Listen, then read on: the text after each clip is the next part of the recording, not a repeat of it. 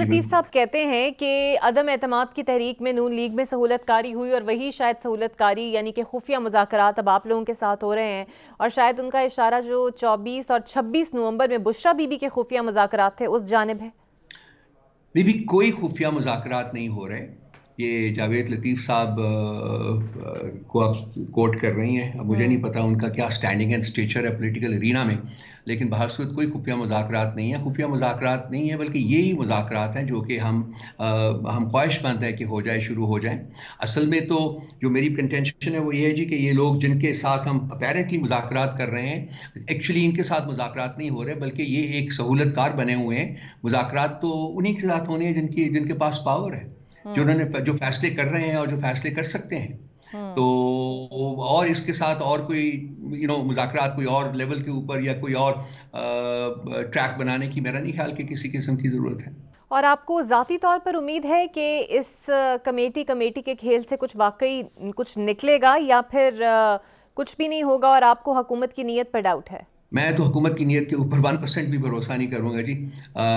خواہش میری ضرور ہے جو کہ میں نے عرض کیا ہے پہلے بھی کہ مذاکرات کامیاب ہوں، کیونکہ پالیٹکس میں مذاکرات ایک فنڈامنٹل رول پلے کرتے ہیں اپوزنگ کیمپس کو قومی انٹرسٹ کے لیے، ریاستی انٹرسٹ کے لیے اکٹھا کرنے میں۔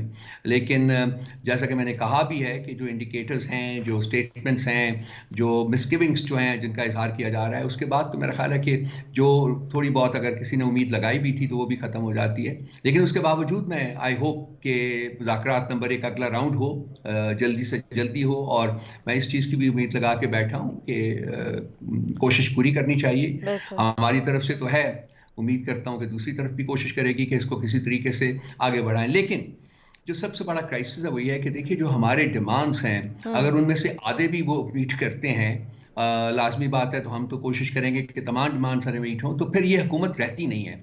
کوئی بھی حکومت نہیں چاہے گی کہ جی وہ نہ رہے۔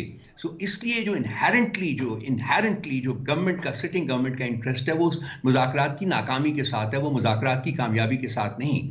اور یہ انہوں نے اپنے تئیں مذاکرات شروع بھی نہیں کی، جیسے کہ میں نے پہلے انڈیکیٹ کیا ہے کہ یہ حکم کے غلام ہیں، ان کو حکم دیا گیا ہے کہ جو مذاکرات شروع کریں تو وہ مذاکرات انہوں نے شروع کیے، لیکن ان کا انہیرنٹ انٹرسٹ جو ہے وہ مذاکرات کی کامیابی کے ساتھ نہیں جڑا ہوا۔ صحیح، بہت شکریہ آپ کا رؤف۔ یہ گا کہ علیمہ خان صاحبہ نے یہ اشارہ دیا ہے اور خود بانی پی ٹی آئی نے بھی اس کی توثیق کی ہے کہ اب جو ان کا معاملہ ہے وہ شاید آپ لوگ انٹرنیشنل لیول پر لے کر جائیں گے۔ اس کا مطلب یہ سمجھا جائے کہ آپ لوگوں کو ملک کے قانون اور انصاف کی فراہمی پر یقین نہیں ہے، اور کہیں نہ کہیں یہ تصحیح کا باعث بنے گی بات۔ دو باتیں ہیں آپ کی، میں دونوں کا سیپریٹ جواب دوں گا۔ ایک تو ابھی ڈائریکٹ جواب جو ہے وہ یہ ہے جی کہ میرے علم میں ایسی کوئی بات نہیں ہے۔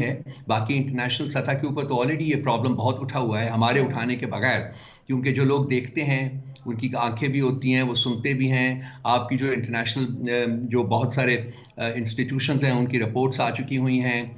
ملٹری کورٹس کے بارے میں آپ کو یو ایس کا کامنٹ آ گیا ہے، یو کے کا کامنٹ آ گیا ہے، ای یو کا کامنٹ آ گیا ہے، آپ کے سامنے ہیں۔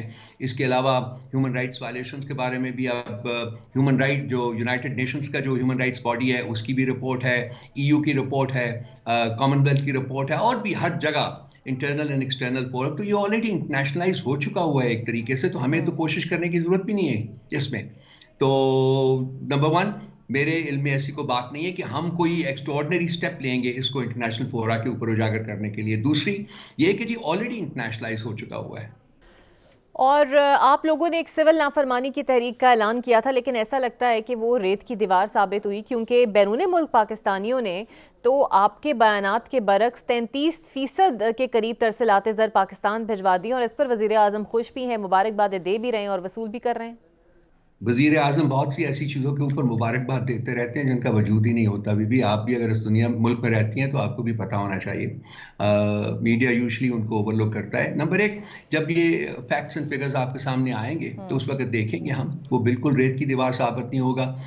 ہم تو چونکہ یہ مذاکرات ہو رہے تھے تو اس لیے اس کے اوپر اتنا سٹریس نہیں کیا گیا، لیکن اگر مذاکرات ناکام ہوتے ہیں، میری ذاتی خواہش ہے کہ مذاکرات کامیاب ہوں، میں مذاکرات کا بندہ ہوں، ہمیشہ پروموٹ کیا ہے، لیکن اگر وہ ناکام ہوتے ہیں جو کہ حکومتی وفد کی سٹیٹمنٹ سے انڈیکیٹ ہو رہا ہے، تو پھر لازمی بات ہے کہ اس کو ہم فل فورس کے ساتھ امپلیمنٹ کریں گے۔ جو ریمیٹنسز کی دوسری جانب رؤف صاحب بتائیے گا کہ جاوید سر این مذاکراتی عمل کے دوران ابھی تک تو کچھ نکلا بھی نہیں مذاکرات سے، اور بانی پی ٹی آئی اور پی ٹی آئی کے آفیشیل اکاؤنٹ سے جس قسم کے ٹویٹ سامنے آئے ہیں، آپ کو نہیں لگتا اس سے مذاکرات کو ایک دھچکا لگنے کا خطرہ موجود ہے؟ کبھی وہ حمود الرحمان کمیشن کی یاد دلا رہے ہیں، کبھی یحییٰ خان کی یاد دلا رہے ہیں. اگر یہی حالات رہے تو پھر تو آپ لوگوں کو سیاسی سپیس ملنا مشکل ہو جائے گا. 4-5 دن سے حکومتی وفد جو تھا وہ وعدے کر رہا تھا کہ خان صاحب کے ساتھ گارڈڈ میٹنگ کروائے گی، اور وہ میٹنگ نہیں کروائے گی. ڈیلی بیسس کے اوپر وہ کوئی نہ کوئی ایکسکیوز دے رہے تھے، اور اس کے بعد انہوں نے کہا جی کہ ہم اسی میٹنگ نہیں کروا سکتے. اس وقت تو میڈیا بالکل خاموش رہا ہے، انہوں نے کھڑے ہو کے کوئی بات نہیں کی، انکلوڈنگ یور چینل، کہ اگر ڈائلاگ میں سنسیئرٹی ہے تو کیوں ملاقات کو نہیں کروائی جاتی تاکہ ان کو کنسلٹ کیا جا سکے، ان کی انپٹ لی جا سکے، ان کی گائیڈنس لی جا سکے، ان کی ایڈوائس لی جا سکے. میں بہت حیران ہوتا ہوں کہ خان صاحب کے ٹویٹ تو فوری طور کے اوپر پروجیکٹ ہو جاتے ہیں، لیکن دوسری سائڈ جو کچھ بھی کرتی ہے دیکھیں virtually escape with murder. Tweet میں کوئی ایسی بات نہیں کی گئی تھی جو کہ غلط ہو. لازمی بات ہے 2.5 سال سے جو پارٹی کے ساتھ ہو رہا ہے، جو خان صاحب کے ساتھ جس طریقے سے ان کو ٹریٹ کیا جا رہا ہے، وہ بھی ایک ہمارے میڈیا نے اس کے اوپر بھی فوکس نہیں کیا جتنا کرنا چاہیے تھا. لیکن اگر اس کے بعد کوئی یاد دہانی کرائی جائے تاریخ کے ایک ایسے باپ سے جو کہ انفارچونیٹلی پاکستان کے لیے بہت ڈیمیجنگ تھا، اور یہ باور کروایا جائے کہ ہمیں ریپیٹ نہیں کرنی چاہیے بلکہ ہمیں پاسٹ سے، ماضی سے کی غلطیاں جو ہیں ان سے سبق سیکھنا چاہیے. کس لیے؟ آئین کی، قانون کی بالادستی کے لیے. تو میرا نہیں خیال کہ اس میں کوئی ایسی بات ہے جو کہ ہم اس کو بیجا موضوع گفتگو بنائیں. یہ بتائیے گا رؤف صاحب کہ پی ٹی آئی کے ہی کچھ سرکردہ رہنما ہیں جس طرح شیر افضل مروت صاحب ہیں، سلمان اکرم راجہ صاحب ہیں، وہ تھوڑے تحفظات کا اظہار اس پر کرتے ہیں کہ اس طرح کے بیانات اگر آتے رہیں گے آپ کے سوشل میڈیا اکاؤنٹ سے تو آبویسلی جس طرح کے ٹویٹ ہیں یا بیانات ہیں وہ جلتی پر تیل کا کام کرتے ہیں. دیکھیے کیا میں تو ڈائلاگ کا حامی شخص ہوں. بڑی دیر سے میں شاید اکیلا یہ کہہ رہا تھا کہ جی بات چیت ہونی چاہیے، اور بات چیت شروع ہوئی ہے تو خوش آئند ہے. اور رسپانسبلٹی جو پرنسپلی ہوتی ہے وہ حکومتی وفد کے اوپر ہوتی ہے، حکومتی سائڈ کے اوپر ہوتی ہے کہ وہ ڈائلاگ کے لیے، بات چیت کے لیے ایک کنڈیوسو انوائرمنٹ کریٹ کرے. جیسا کہ میں نے آپ کے پہلے سوال کے جواب میں خان صاحب سے ملاقات کروانے کے بارے میں عرض کیا ہے، وہ نہیں کروا سکے. سو ایک بیسک جو ریکوائرمنٹ ہے اس کو بھی پورا نہیں کیا جا سکا. اب جو آپ فرما رہے ہیں کہ جی پارٹی کے اندر ریزرویشنز ہیں، مختلف آرا ہوتی ہیں پارٹی کے اندر، ہم اس کو ڈینائی نہیں کرتے. اتنی بڑی پولیٹیکل پارٹی ہے، پاکستان کی سب سے بڑی پولیٹیکل پارٹی ہے، سو آرا ہوتی ہیں. لیکن اس کے بعد فیصلے کیے جاتے ہیں، اور وہ پھر فیصلے جو ہوتے ہیں وہ تمام پارٹی ممبرز کے اوپر بائنڈنگ ہو جاتے ہیں. اور اگر کوئی اس کے بارے میں ریزرویشنز ہوں بھی تو پارٹی کے فورمز موجود ہیں. ایسے لوگ، آپ نے سلمان اکرم راجہ صاحب کی بات کی ہے، میں نے کبھی ان کے بارے، انہوں نے ان کو یہ کہتے ہوئے نہیں سنا یا ان کی کوئی ریزرویشنز نہیں سنی. ہاں شیر افضل مروت صاحب کے بارے میں آپ نے فرمایا ہے، ان کی اپنی رائے ہے، وہ رکھتے ہیں. لیکن پارٹی کے جو مطلب جو فیصلے ہیں وہ ان کے اوپر بھی اتنے ہی بائنڈنگ ہے جتنے کہ ہمارے باقی لوگوں کے اوپر ہیں. سو یہ کنفلکٹنگ آرا موجود ہونے کے باوجود آئی تھنک پارٹی کی پالیسی جو ہے وہ ہم سب کی رسپانسبلٹی ہے کہ اس کو کیری فورتھ کریں. ٹھیک ہے.